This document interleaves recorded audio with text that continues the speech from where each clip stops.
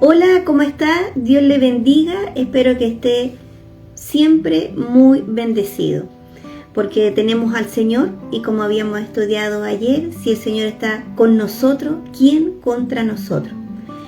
Ayer pudimos cerrar el capítulo 8 de una manera maravillosa, que la palabra nos refresca, nos limpia, nos purifica y nos capacita más para que cuando estemos predicando el Evangelio a otro, sea siempre con frescura, con este denuedo que el Espíritu de Dios está haciendo en uno mientras predicamos el Evangelio, pero también hay un trabajo que Él hace en forma personal con cada uno. Y ayer habíamos cerrado y explicaba el apóstol Pablo en la carta de que si Dios nos justificó, si Él mismo permitió que fuéramos justificados, el mismo Espíritu de Dios va a estar en un trabajo de limpieza en nuestras vidas, de dirección, hasta el día que seamos glorificados. Y que esta salvación tan grande que nos alcanzó, nada lo podrá quitar de nuestras vidas. Una vez que el mismo Dios decide justificarnos, ya nada la podrá quitar. Y habíamos cerrado con este verso, desde el verso 38, por lo cual estoy seguro de que ni la muerte, ni la vida, ni los ángeles, ni los principados, ni las potestades, ni lo presente, ni lo porvenir, ni lo alto, ni lo profundo, ni ninguna otra cosa creada nos podrá separar del amor que Dios nos ha mostrado en Cristo Jesús, nuestro Señor. Y esa seguridad, esa que dice, estoy seguro, dice el apóstol, por lo cual estoy seguro, es una certeza que el mismo Espíritu que está dentro de nosotros también nos da. Y hoy vamos a comenzar el capítulo 9, 10 y 11, habla de la situación que es con Israel, ¿ya? Y aquí vamos a comenzar con los primeros versos. Aquí el apóstol Pablo abre su corazón en esta carta y él expone un peso que él tiene con respecto a Israel. Él se desnuda en esta carta y dice, expresa fuertemente en la situación dolorosa que él vive por su pueblo. Y comienza así en el verso 1 del capítulo 9. Digo la verdad en Cristo, no miento. Estoy diciendo, aquí yo voy a ser muy sincero, eso está diciendo, yo aquí me voy a abrir, dice el apóstol Pablo. Voy a decir una verdad que pasa dentro de mí. Voy a ser muy, muy sincero, muy honesto en este punto. Eso es lo que empieza diciendo él. Mi conciencia me da testimonio en el Espíritu Santo. Tengo una gran tristeza y un continuo dolor en mi corazón. Pablo empieza a abrirse de una manera en esta carta, recordando, está escrita para la iglesia de Roma, la capital del imperio. Él sabe que ahí hay una congregación, él sabe que ahí hay una iglesia que persevera en la fe en Cristo. Y en esta parte de la carta, porque es una sola carta, estos 16 capítulos es una sola carta, es la carta. En esta carta, en esta parte, él dice, voy a ser muy sincero, muy honesto, la aflicción en la cual yo me encuentro, en la cual vivo.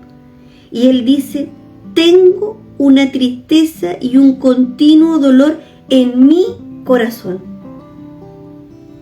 Verso 3. Porque desearía yo ser yo mismo maldecido y separado de Cristo por amor a mis hermanos, por los de mi propia raza. Este dolor que él vive en forma continua, esta tristeza que pesa en su corazón, es por su pueblo. Verso 4, aquí explica con mayor detalle, que son israelitas. ¿Quién es su pueblo? Los israelitas. Ese es su pueblo. De ellos son la adopción, la gloria, el pacto, la promulgación de la ley, el culto y las promesas. Verso 5. De ellos son los patriarcas y de ellos desde el punto de vista humano vino Cristo, el cual es Dios sobre todas las cosas, bendito sea por siempre. Amén. ¿Cuál era esta tristeza que Pablo estaba experimentando, este peso, esta aflicción continua que él tenía por su pueblo, ¿cierto? Israelita, dice él. ¿Cuál era? Era que su pueblo israelita no pudieron reconocer a Cristo. Por supuesto que algunos sí, claro que sí, no podemos dejar de reconocer que Jesús, cuando él dice la salvación viene de los judíos, ¿se acuerdan cuando Jesús se encuentra con la samaritana? Y dice la salvación viene de los judíos. Los discípulos, los apóstoles de Jesús son judíos. Y los primeros seguidores de Cristo son israelitas. Pero no todos siguieron a Jesús. Y esta es la aflicción. ¿Por qué no todos siguieron a Cristo? Y él dice acá en el verso 4, cuando dice que él tiene una aflicción, dice, por los de mi propia raza, dice acá, o en otra versión, por mi propio pueblo, dice aquí en el verso 4 que son los israelitas, y dice, de ellos son la adopción, la gloria, el pacto, la promulgación de la ley, el culto y las promesas, de ellos son los patriarcas, y de ellos desde el punto de vista humano vino Cristo, el cual es Dios sobre todas las cosas, bendito sea por siempre. Amén. ¿Por qué Pablo se toma la cabeza y se aflige y dice, ¿por qué no todos? ¿Por qué no todos? ¿Por qué fue solo algunos? ¿Por qué no todos? Y él hace ese detalle, si de ellos la adopción, si de ellos la gloria, el pacto, la promulgación de la ley, los profetas, las promesas, ¿por qué no todos? Es como diciendo, nosotros éramos lo único, la única nación en el mundo que le estaba esperando. Eso estaba diciendo Pablo. Nosotros éramos lo único que le estábamos esperando. Vivíamos estudiando las Escrituras, recordando el culto, recordando las fiestas. Nosotros éramos la única nación que le estábamos esperando. ¿Por qué no todos? Ese era el peso y el dolor de Pablo. Y yo leía esto y meditaba y decía, como cuando él dice, porque desearía, en el verso 3, ser yo mismo maldecido y separado de Cristo por amor a mis hermanos, por los de mi propia raza. Cuando diciendo, yo hubiese preferido estar yo en esa condición que ellos, con tal que todos ellos reconozcan al Salvador y Mesías, al cual estábamos esperando todos. Y yo meditaba en esto y yo recuerdo, bueno, no debería ser así cuando uno empieza a ser como muy personal, pero recuerdo, porque se me vino a mí, recuerdo que yo de niña comencé a hacer una oración. Yo no tenía conocimiento de Cristo ni de Dios, porque en mi familia no había nadie que profesara ninguna religión. O sea, de hecho, las películas de Semana Santa no las podía entender, porque no sabía por qué ese hombre que estaba en la cruz, que moría siempre en Semana Santa, ¿Qué relación tenía él con Dios? No había nadie que me la explicara. Entonces, pero yo comencé a hacer una oración que ahora entiendo que fue por el Espíritu, en que yo a él le daba mi vida. Le decía, Señor, si tú salvas a mi familia, le decía a Dios, si tú salvas a mi familia, yo te doy mi vida. Y yo hacía ese compromiso. Y le decía, muéstrame el camino. Si tú me muestras el camino, yo lo voy a seguir. Comencé a hacer esa oración como a los 12 años, porque, bueno, viví una experiencia sobrenatural muy fuerte. Y me di cuenta que Dios intervino, hizo algo, pero yo estaba como muy lejos de todo ello. Y comenzó a nacer esa oración. Porque yo quería que mi familia pudiera ser libre, pero no entendía libre de qué. Yo tenía un peso muy fuerte por mi familia, a la cual yo le decía a Dios, que no conocía a Jesús, le decía a Dios, si tú salvas a mi familia, ¿de qué no sé? De alguna guerra nuclear, alguna cosa que yo en mi mente pensaba, y yo decía, si tú la salvas, yo te doy mi vida. Porque yo tenía un peso tan grande por la salvación de mi familia, por la salvación en mi mente de niña, de que sufrieran alguna cosa terrible. Yo crecí escuchando en mi casa cosas terribles, cosas como sufría la humanidad, cosas terribles. Yo decía, estamos todos perdidos, porque si así es la humanidad, así es la maldad del hombre, no hay escapatoria, estamos todos perdidos. Entonces yo decía, en algún momento, así como le pasa a todo, va a pasarle también esto a mi familia, van a sufrir por la maldad del hombre. Y yo cuando supe y me di cuenta ante una situación espiritual que intervino Dios, aunque yo era solamente una observadora, dije, bueno, Él puede rescatar a mi familia del dolor del mundo. Entonces yo hacía pacto con Él y le decía en mi interior, si tú salvas a mi familia, yo te doy mi vida, y si tú me muestras el camino, yo lo voy a seguir. Y así fue que muchos años, de ahí de los 12 años que comencé, o 13 años que comencé a hacer esa oración, hasta los 23 años, que me invitaron a un bautizo de Jessica Navarro, y yo entro ahí a Cochrane 266, una calle de la ciudad de Valdivia, y yo entro, y por primera vez yo escucho, y es un testimonio, la voz de Dios, porque yo por años y años yo hablaba con Dios, con la fe de que Él me escuchaba, pero yo nunca tuve una respuesta a eso. Pero cuando yo ingreso ahí, yo escucho una voz, y fue una voz que me traspasó mi corazón y me compungí, inmediatamente me saltaron mis lágrimas, y yo escuché claramente que me dijo, este es el camino.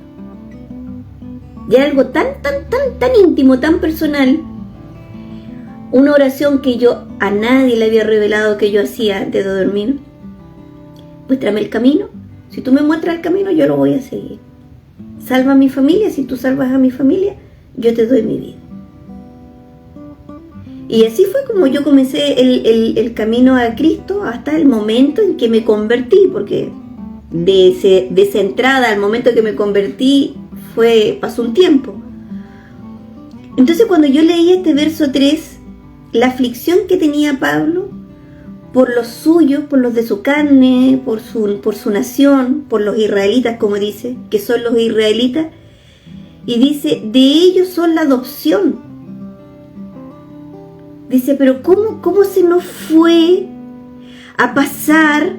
¿Cómo fue posible si no había ningún otro pueblo, ninguna otra nación que estuviera esperando al Mesías más que nosotros? O sea, nadie la estaba esperando, nosotros la estábamos esperando. Nosotros éramos los únicos que estaban esperando la venida del Salvador. ¿Cómo se nos fue a pasar? Él no entendía cómo su nación completa no se entregó a Cristo. solo fueron algunos. Pero él no entiende cómo la nación completa no dobló rodilla y no le reconoció. Eso es lo que no entiende Pablo, y ese es su pesar, su dolor, porque él sabe, y lo estuvimos aprendiendo. Recuerden ahí los capítulos, desde del capítulo 3 de Romanos, que todos necesitamos salvación. Los judíos y los no judíos. Nadie va al Padre si no es por el Hijo. Entonces decía, pero ¿cómo se nos fue a pasar? Y ese es el dolor que él tiene. ¿Cómo no reconocieron a Cristo? ¿Cómo no lo reconocieron si lo estábamos esperando? Y entonces él empieza a decir, de ellos son la adopción. O sea, Dios los escoge para que sea su nación. Y se recuerdan ahí en Éxodo 4, cuando desde el verso 22 y 23, cuando Dios le dice a Moisés que vaya a Egipto. ¿Se acuerdan? Dice, anda, porque yo he escuchado su clamor, y le vas a decir a Faraón, Israel es mi hijo, es mi primogénito, yo te he dicho que lo dejes libre para que vaya al desierto y me adore, pero tú no has querido soltar a mi hijo primogénito, refiriéndose a Israel, entonces yo te quitaré tu primogénito. Eso lo va a ver en Éxodo 4, verso 22 y verso 23. O sea, Dios escogió a Israel como su hijo. Por eso él dice, y dice, pero ¿cómo la nación no reconoció a Cristo si nosotros le estábamos esperando, si de ellos son la adopción? Luego dice, la gloria. O sea, él dice, si nosotros como pueblo vimos su gloria, nos sacó con su gloria de Egipto. Lo puede ver ahí en Éxodo 14, desde el verso 4, cuando Dios dice, yo voy a endurecer el corazón de Faraón y me voy a glorificar en él, para que todo Egipto y todos vean que yo soy Dios. Dios rescató a su pueblo. Él lo sacó de Egipto. Él guió a su pueblo en el desierto con una nube en el día y una columna de fuego en la noche. ¿Quién más que su pueblo vio la gloria de Dios? Por eso dice, ¿cómo viendo la gloria de Dios? Éramos los únicos que estábamos esperando al Mesías y el pueblo no le reconoció. Un poco de ellos le reconocieron. Pero eso se está preguntando el apóstol Pablo. Por eso el apóstol Pablo, cuando usted empieza a leer sus cartas, dice al judío primeramente. Porque él tiene una deuda. Primeramente, si ellos fueron la adopción, ellos, dice, de ellos viene la gloria, de ellos viene el pacto. Mírense en Génesis 17, cuando Dios le habla a Abraham. Lo voy a leer porque es impactante. Por eso se agarra la cabeza Pablo y dice, ¿cómo nos fuimos? La nación entera no dobló rodillas, ¿cómo no le reconoció? Si de ellos son el pacto. Y voy a leer aquí Génesis 17, desde el verso 1. Abraham tenía 99 años de edad cuando el Señor se le apareció y le dijo, yo soy el Dios Todopoderoso, anda siempre delante de mí y sé perfecto. Yo estableceré mi pacto contigo y haré que te multipliques en gran manera. Abraham se postró entonces sobre su rostro y Dios habló con él y le dijo, este es el pacto que hago contigo, tú serás el padre de muchísima gente. Tu nombre ya no será Abraham, sino que ahora te llamarás Abraham, porque te he puesto como padre de muchísima gente. Yo haré que te multipliques en gran manera, de ti saldrán naciones y reyes. Y luego cierra el pacto con la circuncisión. Entonces por eso dice aquí el apóstol dice, si de ello es la adopción, la gloria, el pacto, la promulgación de la ley. En primera de Timoteo 1, capítulo 8, el apóstol Pablo dice, la ley es buena si se usa legítimamente. Y ya sabemos que la ley no es la que salva, pero es un indicador de lo que le agrada y no le agrada a Dios. Y la ley es buena, justa y santa. Así dice la palabra, si se usa legítimamente. Entonces dice, si a nosotros se nos fue concedido, y dice el culto, si nosotros como nación se nos reveló, se nos fue dado el culto.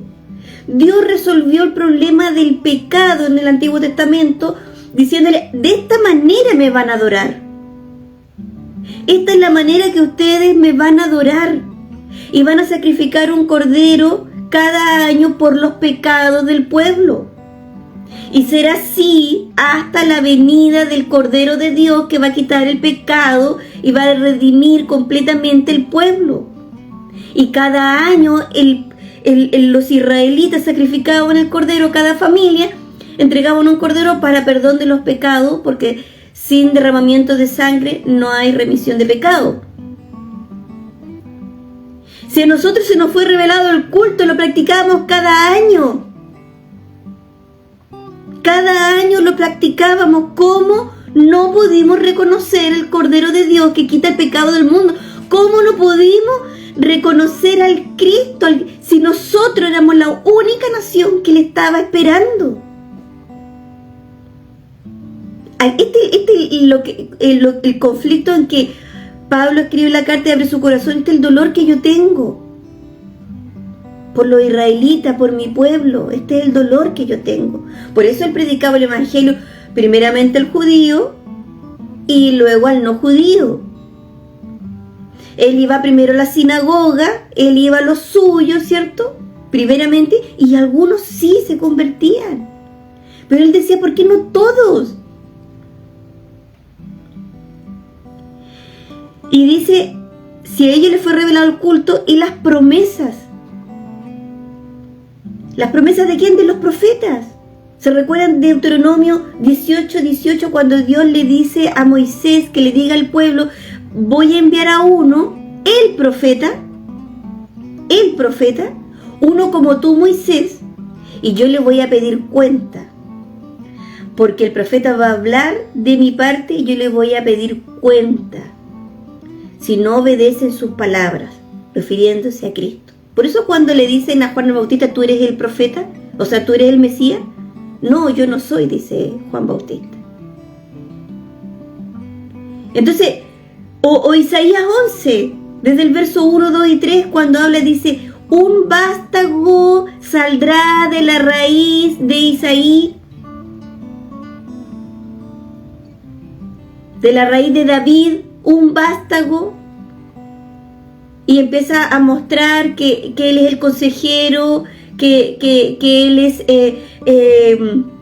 y empieza a hablar las características del Mesías.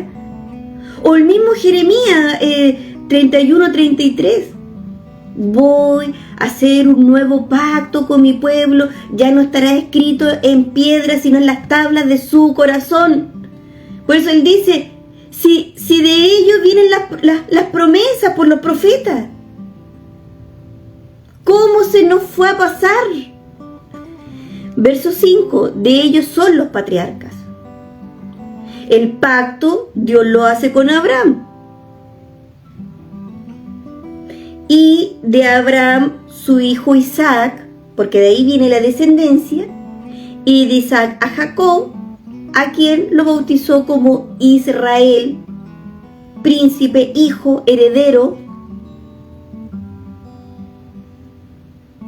del cual viene la descendencia de Cristo, porque dice, verso 5, de ellos son los patriarcas, de ellos, desde el punto de vista humano, vino Cristo, el cual es Dios, porque Cristo es nuestro Dios encarnado. Él es el verbo, Él es la palabra misma hecho carne. Sobre todas las cosas, bendito sea por siempre. Amén. Pablo abre su corazón en este capítulo 9, la manera ordenada que nosotros lo leemos, y él dice, tengo un dolor porque como a la nación que Dios adoptó como hijo, que vio su gloria, que le promulgó su ley, que le enseñó el culto, que practicábamos todos los años sacrificábamos un cordero, que nos fue dada las promesas a través de los profetas de cómo iba a venir el Mesías. De ellos vienen los patriarcas, y que según en la parte humana también vino Cristo, como el pueblo, la nación completa, no reconoció a Cristo. Y aquí comienza el apóstol Pablo, por el cual él tiene un dolor, y por eso él va a predicar primeramente al judío y luego al no judío, porque es su familia, su familia en carne, es su familia en carne. Es totalmente natural que nos suceda así, que vemos aún, tal vez ustedes, sus padres, aún su familia, no conoce a Cristo. Dice, pero ¿cómo si yo sé lo que va a pasar si mueren sin Cristo? Yo sé lo que va a pasar si mis padres, mis hermanos, mis tíos, mis sobrinos, mis hijos llegaran a partir de este mundo sin Cristo, porque nadie va al Padre si no es por el Hijo. Yo sé lo que va a pasar. Esa es la aflicción que tiene Pablo por su familia, por su nación, y es la aflicción que nosotros tenemos y la que deberíamos de tener por nuestros familiares, por nuestra nación. Ese es el dolor, la tristeza, que uno predica, le enseña, les habla y constantemente te rechazan. Y no es que te rechacen a ti, porque contigo sí comparten la Navidad, comparten el Año Nuevo, comparten los cumpleaños, comparten ir a tomar once, una cena especial, una ceremonia de licenciatura, eso sí lo comparten, contigo lo comparten. Pero Cristo no lo comparten. No es que te rechacen a ti, rechazan a Cristo. Pero ahí está la promesa, cree tú y serás salvo a toda tu casa. Y ahí es cuando uno cree en la promesa y persevera en ella.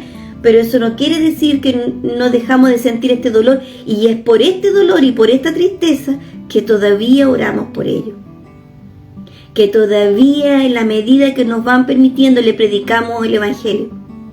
Y que oramos para que Dios use a alguien, porque nadie es profeta en su propia tierra, para que les predique el Evangelio, caigan las vendas de sus ojos y digan, esta salvación que está ofreciendo el Padre a través del Hijo es para mí porque me reconozco pecador.